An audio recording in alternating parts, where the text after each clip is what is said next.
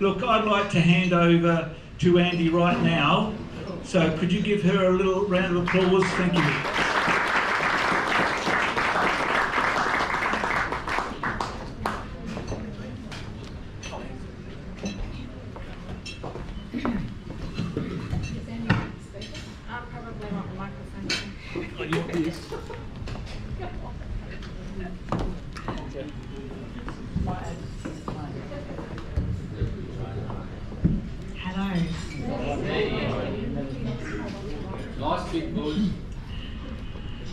So there's a lot of ways to describe me. I am a daughter, a wife, an auntie, a friend, a volunteer, a business owner, an artist, and I am also a drag racer. But really, I am just a regular girl with a bit of a story to share. It's one that some of you might already be familiar with. And while sadly my story is not a unique one, my way of keeping it together during the stressful times it actually is. So I had only just turned 40 and I was busy having a little bit of a midlife overhaul. Not only had I recently given up being an art director at a busy advertising agency, working for myself as a graphic artist, I'd also just purchased an 8-second LC Tirana with my hubby, and I was busy learning how to be a drag racing driver. So life was pretty busy, and it was looking pretty good, and as they say, we were living the dream. But sometimes the universe has other ideas, and it puts roadblocks in your way, and it makes you take a little bit of a step back and reevaluate those dreams. So drag racing isn't just a case of putting your foot to the floor and seeing how fast you can get to the finish line. It's a little bit more complicated, and the Tirana was a purpose-built drag racing car running on methanol. So it had a whole heap of extra features that I had to learn. But before I could race down the track and set the first stages of my licence, I had some practicing to do. And it's not like you can just pop down to the racetrack and practice either. So Mick and I would practice as much as we were able in the car park of a friend Simon's workshop. We couldn't do everything, but we could at least practice some of the basics, like the start and the launch and a bit of a burnout. And the main objective was just getting used to being in the car and knowing what it felt like. But then the day arrived. One last practice, and then we would load it up and go down the track, and I was ready to sit my licence. I was very nervous and very excited all at the same time. And I think Mick was just nervous. And I mounted the converter, which is not an easy thing to do. I held my finger on the trans brake for way too long, and there was smoke and smells coming through the cab. And there was a lot of shouting and waving of hands outside saying, "Shut it down, shut it down!" So in typical motorsport family style, Simon goes, "Don't worry about it. You guys go home, get some rest, get yourselves set up ready for tomorrow. We will pull an all-nighter and we'll rebuild it, load it up, and we'll meet you at the track in the morning." Sweet. So Mick and I trotted off home. I'm still nervous and excited. At this point, I think Mick was just tired. Sure, the universe had tried to stop us from going racing. But motorsport people are very resilient, and I'm a little bit stubborn. And we've dealt with a heap worse, with less tools. So the universe tried again.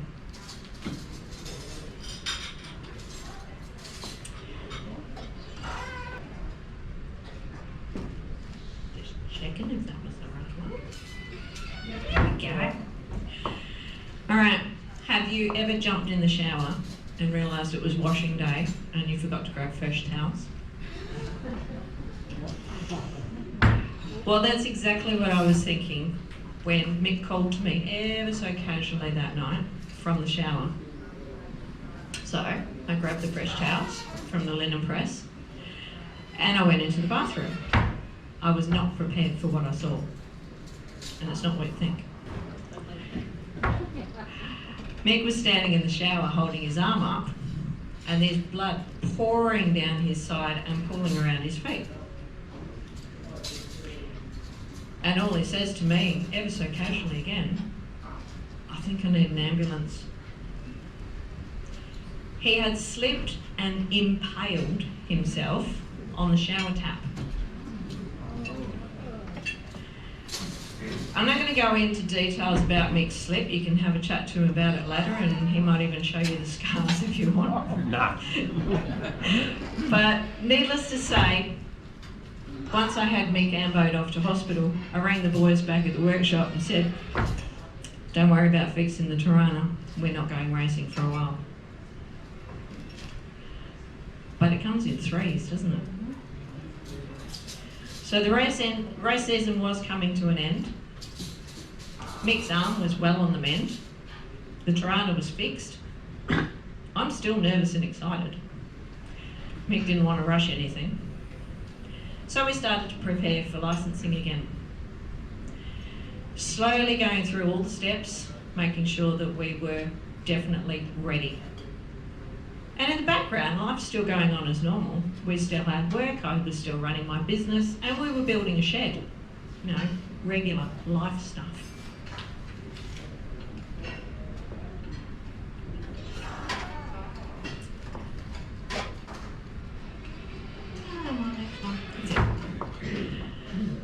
So let me invite you to our regular life in our regular suburban house. It was a pretty standard evening. I just finished doing the dishes after dinner. Mick's laying on the couch with a full belly, watching the telly. And 2 dogs laying underneath the kitchen table, dreaming about leftovers they're not going to get. But that day, March 2010, didn't quite turn out to be very regular at all. It was the beginning of a huge change in not just our lives, but the lives of everyone around us. Simply because in the shower that night, I noticed something very different about my breast. Now, I'd had lumps before, and that always turned out to be a cyst. And even though this one seemed a little bit different, I didn't think it was anything too serious, and certainly not life-threatening. But I did as Mick advised, because hubbies are good for telling you what to do. And I booked in to see my GP. Then, at my GP's advice, I went and got a mammogram, which then turned into an ultrasound, which then became a biopsy. And it ended up being a really, really long day of tests, followed by several very anxious days waiting for results.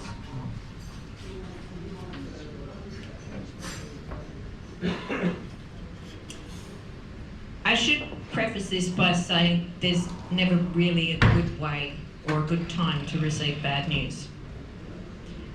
Even if deep down in your gut you've got that idea that the news isn't going to be good, you still can't prepare yourself for that confirmation.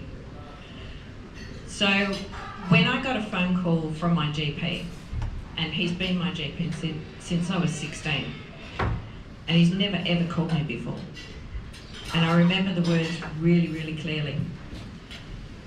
"Andy, I've got your results and I need to see you." I'm like, yeah. I've got an appointment in a couple of days, I'll see you then. But he's all serious. He's like, no, I've made an appointment for you today at 3 p.m. and bring Mick. So on a warm Wednesday afternoon, on the last day of March in 2010, I found myself sitting in the doctor's surgery with my hubby and my doctor, and I felt like I was eavesdropping on a conversation in another room. Dr. Mark had actually said it out loud. he used the word, "Andy, you have breast cancer." So I sat there and I just stared and I waited. I could hear the occasional word, but the rest was just white noise while I watched my doctor and Mick talk about what was coming next.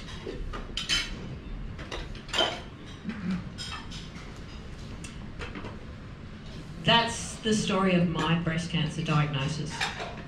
And since then, I've seen loads of doctors and specialists. I've had several hospital stays. I've been in, under and on almost every testing machine in the hospital, including the one that goes ping. There's always one.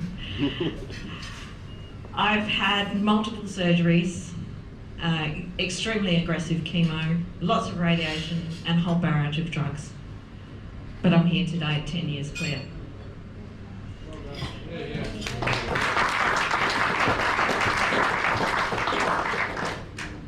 Unfortunately, this is a common story, and it may hit a little close to home for some, welling up some rather difficult memories. And while it might have brought a tear to your eye, it's really only one single week out of a couple of very harrowing years, not just for me, but for all of our family and friends. We're all familiar with the illness side of cancer, and it's not pretty. We buy our daffodils and our pink ribbons, researching for better treatments, and maybe one day there will be a cure. But breast cancer isn't pink. It's ugly and it's painful and stressful on the whole family. We stress about treatments and making appointments, looking after the family, survival rates, missing work, financial issues, insurance, the list just goes on and on and on. I actually had to make a choice whether I wanted the tumour removed or my whole breast removed. And I was still coming to terms with the fact that I had cancer. And then they wanted to know what kind of reconstruction I wanted. All of these issues were compounded on top of what we were already dealing with in everyday life. All these stresses cause loss of sleep, concentration problems, behavioural problems, missed work and school. Sadly, even it causes relationship breakdowns.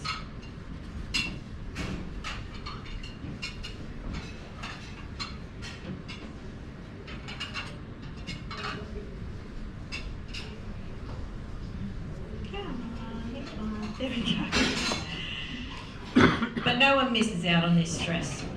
And thankfully, with the awesome support network of our motorsport friends, Mick and I had the absolute perfect outlet where we could go and recharge our emotional batteries.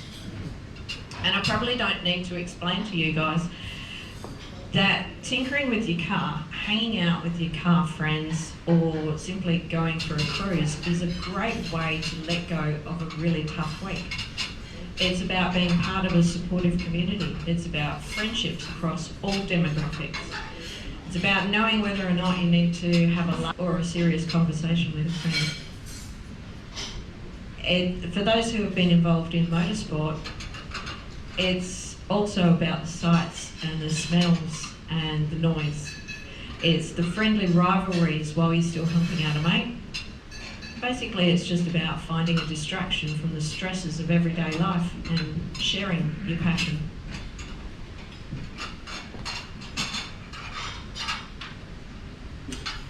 And it's this passion and community that helped Mick and myself through a couple of very, very difficult years. Hanging out at the workshop with our new race car, or heading down to the track to help cheer on fellow race friends. We found that inner strength. And once we finally did make it to the track in the Tirana, the support and the encouragement from everyone around us was simply overwhelming. And over many years of racing, we saw this same support shared in so many different ways for a lot of different reasons, right across the motorsport community. Often we're called hoons because we like our big engines and fast cars. But if you look a little bit deeper and a little bit closer, you'll see a very involved and very caring group of people who will go out of their way to help when somebody needs it. Following his wife's breast cancer diagnosis, a fellow racer came up with the idea that we should be able to share our motorsport experience, providing an outlet and support to families who are going through their own journey. So, after several shared discussions, because that's where all good discussions happen, the Tirana sadly was sold. And we started the process of building a brand new race car with a very specific purpose in mind.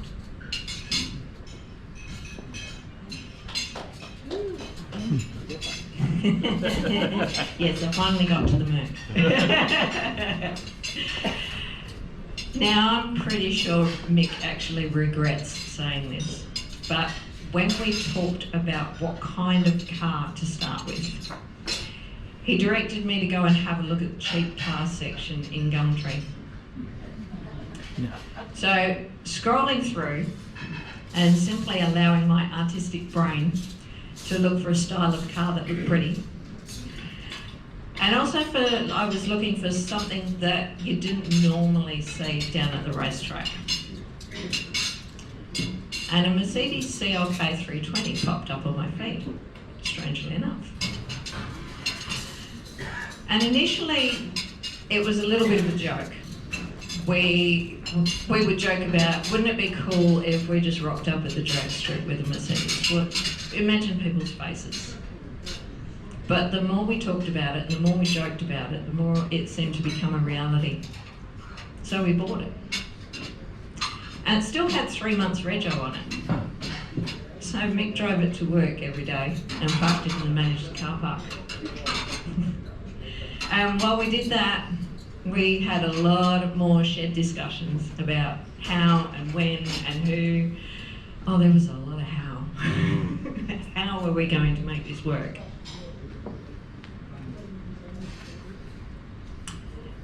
Now, I had a pretty unusual wish list for a drag racing car. I wanted to race it, obviously. I also wanted to be able to take passengers down the drag strip. And not just at the motorplex, but I wanted to also be able to visit the country towns when they turn their airport strips into impromptu drag strips. Also wanted to be able to put it on show. And I wanted to be able to do circuit track rides. Not necessarily race it, but at least get it around a circuit track.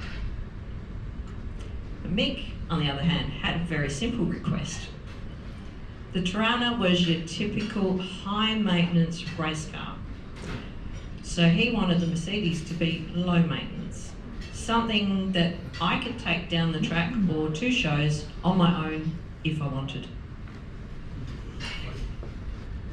Now you remember our friend Simon, whose car park I learned to do burnouts in. What he doesn't know about drag racing isn't worth knowing. So we gave Simon from All Fast Race Cars a very long and unusual wish list. We told him about our reasoning behind why we were doing this project, and he jumped on board with all his ideas, his expertise, and his industry contacts. And the first decision was, what engine do you put in this? There was a few ideas thrown around, a lot of standard ideas, but this is a 2004 Mercedes Benz. So a Hemi seemed to be the obvious choice. Between 98 and 2007, Mercedes and DaimlerChrysler were actually merged. So our 2004 CLK actually has DaimlerChrysler Mercedes on the VIN plate. So we ordered a Hellcat supercharged Hemi crate motor from the US.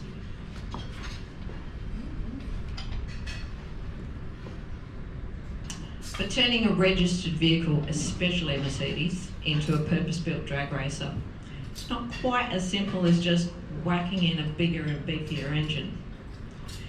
Trying to get the Hemi to actually fit, and then working out how to make it work with the Holley ECU and a race power guide transmission took a lot of very expert head scratching. and simply tearing the vehicle apart was a chore in itself.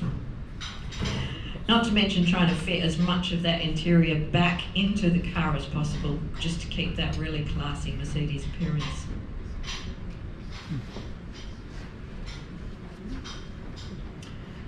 Now, at first glance, it really doesn't look like a lot's changed, and that's part of the charm with this unique build. A Mercedes is a really classy car, and we wanted to keep it just that. The decision was made not to change the external appearance at all, although we did have to pop a small hole in the bonnet to let the supercharger fit. Personally, I think this just adds a little bit to the mystery of the car when you first look at it. And plenty of people have asked if it's still street registered, because it looks like it probably should be, but it's not. Unfortunately, I couldn't bring the car along today, so I'm going to give you a virtual tour instead. And feel free to pull me or Mick aside for a few more specs later on, or come and have a look at us next time we're on show. Now, from the outside, the only real giveaway that it isn't your standard CLK are those 32 by 14 inch rear race tyres. Like I said before, the supercharger is just peeking up through the bonnet. The bonnet is the only piece of fiberglass that we've added to this vehicle. We've still got the original untouched bonnet hanging up in the shed. And being a 320 CLK that's turned into a drag car, we couldn't miss that opportunity to add a number 1 in front of the 320 on the back of the car. And for those of you who are staring at me blankly, 1320 feet is the length of the drag strip.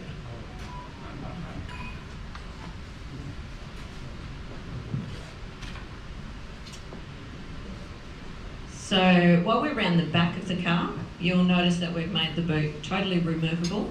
We've fitted a custom fuel tank with an aeromotive fuel pump, and it still runs on the 98 octane pump fuel. So theoretically we can fill it up on the way down to the track. Checking out underneath the car, you'll notice that the chassis rails and tubs are fully customised, and you'll also spot there's Brothers 4-link suspension with the Viking coilover shock absorbers and fully modified engine competition engineering 9-inch diff. And that's a fully customised exhaust too. Isn't she a work of art?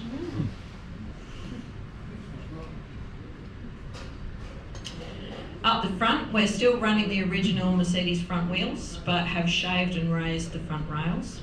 And with the help of WA Suspensions, we now have a totally custom double adjustable front suspension, so I can now do those circuit tracks.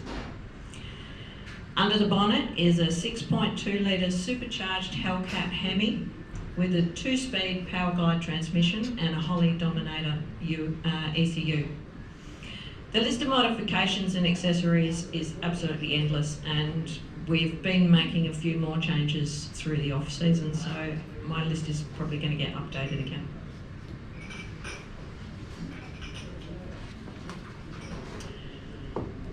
On the inside, the first thing you'll notice is the 12-point roll cage.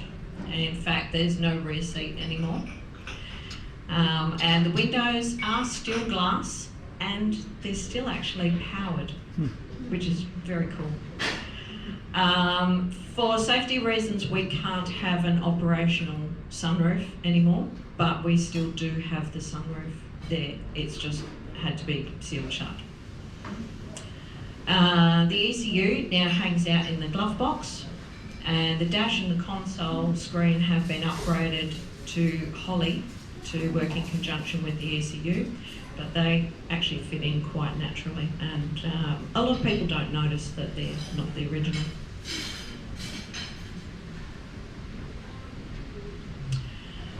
So being strapped into the passenger seat of a 700 horsepower supercharged Hellcat Mercedes Benz and tearing down the drag strip from 0 to over 200 kilometres an hour in 10 seconds might not seem like therapy to everyone. But there's a lot more to motorsport than just the squeal of tyres and the roar of engines. Adrenaline-based activity has been used by the military for decades. to increase endorphins, and this then decreases stress, anxiety and depression, and actually helps people open up and start to talk. Because dealing with anxieties surrounding a cancer diagnosis and then compounding it with your day's normal stresses takes its toll not only on a patient's recovery but on the mental well-being of the whole family. And caring for somebody or feeling hopeless while you watch someone, a friend or a loved one going through cancer can cause a huge amount of stress. And many carers actually have a higher stress level than the person they're actually caring for. So that's why we believe that looking after your own mental health is as important as fighting the illness itself. And for us, that means getting a natural and viral high by tearing down the drag strip at over 200 kilometres an hour.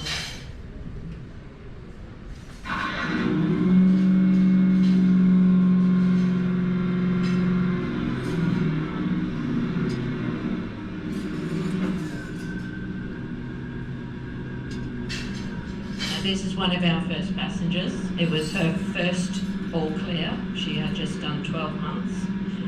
And her two little boys are standing on the sidelines, never known their mum not to be sick. And suddenly, mum is the coolest chick on earth.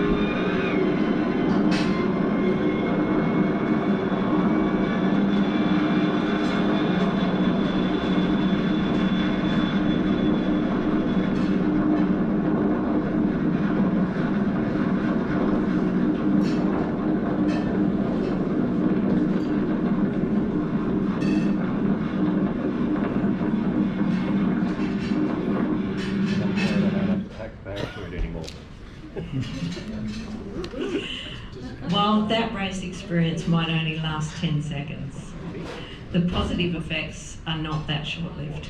I've been reliably informed that the smile lasts for weeks. For me, it lasts a lifetime because I get booster shots.